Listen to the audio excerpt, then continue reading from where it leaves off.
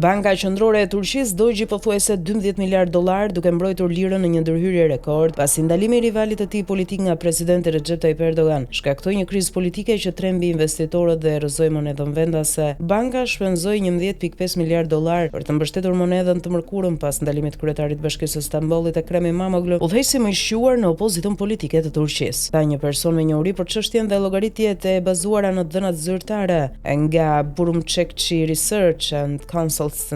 Ndërhyrja ishte gati 4 herë më e madhe se çdo lëvizje e tillë më parshme në të dhënat zyrtare të bankës. Ajo erdhi pasi lira ra deri në 11% kundrejt dollarit amerikan, në një nivel të ulët rekord të mërkurën pasi lëvizja e Erdogan kundër Imamoglu ndezi një rëmuj në tregjet e Turqisë. Një bankier turk tha se zyrtarët kishin humbur kontrollin e tregut herët të mërkurën, duke shtuar se ai kishte lënë një mbres në besimin e investitorëve. Morgan Case, një lojtar i madh në financat e tregjeve në zhvillim, vuri në dukje gjithashtu se likuiditeti i lirës ishte i dëmtuar në mes të daljeve të mëdha të mërkurën. Banka Qendrore nuk pranoi të komentojë. Analistët thonë se Banka Qendrore ka të ngjartë vazhdoi të ndërhyjë në treg të njëjtën dhe të premten. Politikbërësit kanë ndërmarrë hapa të tjerë për të qetësuar tregjet këtë javë, duke përfshirë mbajtjen e një takimi urgjent të Bankës Qendrore të njëjtën në të cilin një normë kyçe e interesit brenda NATO-s u rrit në një përpjekje për të mbajtur kursimet vendase në lira në vend që të kalonin në dollar. Veprimet kanë lehtësuar rënien e lirës, duke e lënë monedën në rënje 3% për javën, megjithse indeksi i aksioneve BIST 100 i Stambollit ra pothuajse 8% të premte në javën e tij më të keqe që nga viti 2008. Imamoglu, i cili është shfaqur si sfidues më serioz politik i Erdoganit gjatë 2 dekadave të tij në pushtet, pritej të kandidonte si kandidat presidencial për partinë e tij opozitare Republikane Popullore CHP, e cila shpresonte të detyronte zgjedhjet parakoshme. Arrestimi ka shkaktuar ditë trazirash me CHP-n që bëri thirrje për më shumë protesta në fundjavë. Erdogan të premten i denoncoi demonstratat si terrorizëm në rrugë. Trazirat politike të kësaj jave përfaqësojnë një pengesë të madhe për një program gjithëpërfshirës të reformës ekonomike që filloi pas rizgjedhjes së Erdoganit në 2023. Programi i udhëhequr nga Mehmet Şimşek, një ish bankier i Merrill Lynch, synon të shtyp krizën e gjatë të inflacionit në Turqi dhe të tërheqë investitorët që janë arratisur gjatë dekadës së fundit, ndërsa presidenti ka rrëshqitur drejt autokracisë dhe ka ndjekur politikë monetare jo ortodokse. Programi i Şimşek ka përfshirë rritje të mëdha të normave të interesit, duke përmbysur këmbguljen e mëparshme të Erdogan për të mbajtur normat e ulta, pavarësisht inflacionit rrëmbyeshëm dhe rritjes së taksave. Ajo ka